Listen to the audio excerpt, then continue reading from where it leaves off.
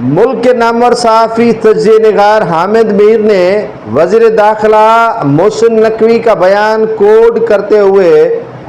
بات کی ہے صدر آصف علی زرداری کو ہٹائے جانے کے متعلق۔ صدر آصف علی زرداری کی زندگی کو لاحق خطرات کے متعلق۔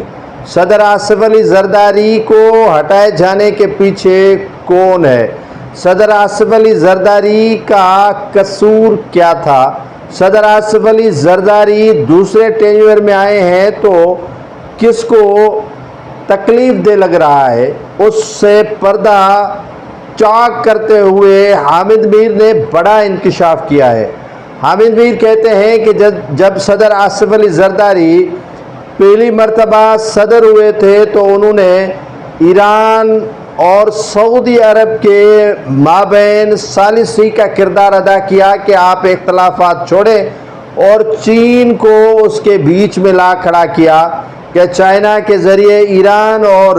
سعودی عرب کے درمیان ثالثی ہو، اور کافی حد تک صدر آصف علی زرداری کامیابی ہوئے۔ اس کے بعد دوسرا مرحلہ آیا کہ پاکستان کی جو افواج ہے وہ سعودی عرب اور دیگر جو اسلامی ممالک ہیں ان سے مل کر شام پر جو بشار الاسد کی حکومت تھی اس میں گرانے کے لیے کلیدی کردار ادا کرے، لیکن سپریم لیڈر ہونے کے ناطے آصف علی زرداری نے ان معاملات سے لا تعلقی کا اظہار کیا اور ایک واضح موقف بھی اپنا لیا۔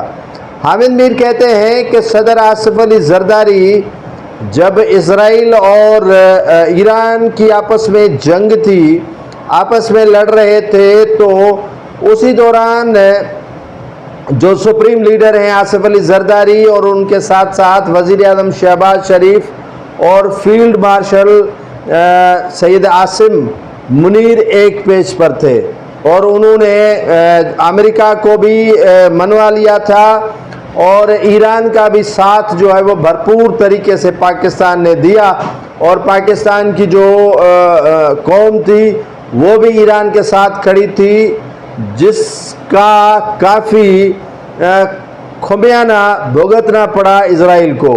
تو اسرائیل کی جو انٹیلیجنس ایجنسی ہے موساد، وہ چاہ رہی ہے کہ پہلا ٹارگیٹ آصف علی زرداری کو کیا جائے، جس کے لیے سارا ماحول جو ہے وہ بنانے کی کوشش کی گئی ہے کہ صدر آصف علی زرداری کو ہٹا کر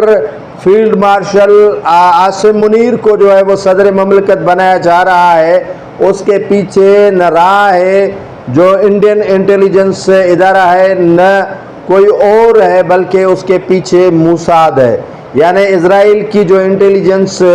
ادارہ ہے موساد، وہ صدر آصف علی زرداری کے خلاف مہم چلا رہا ہے۔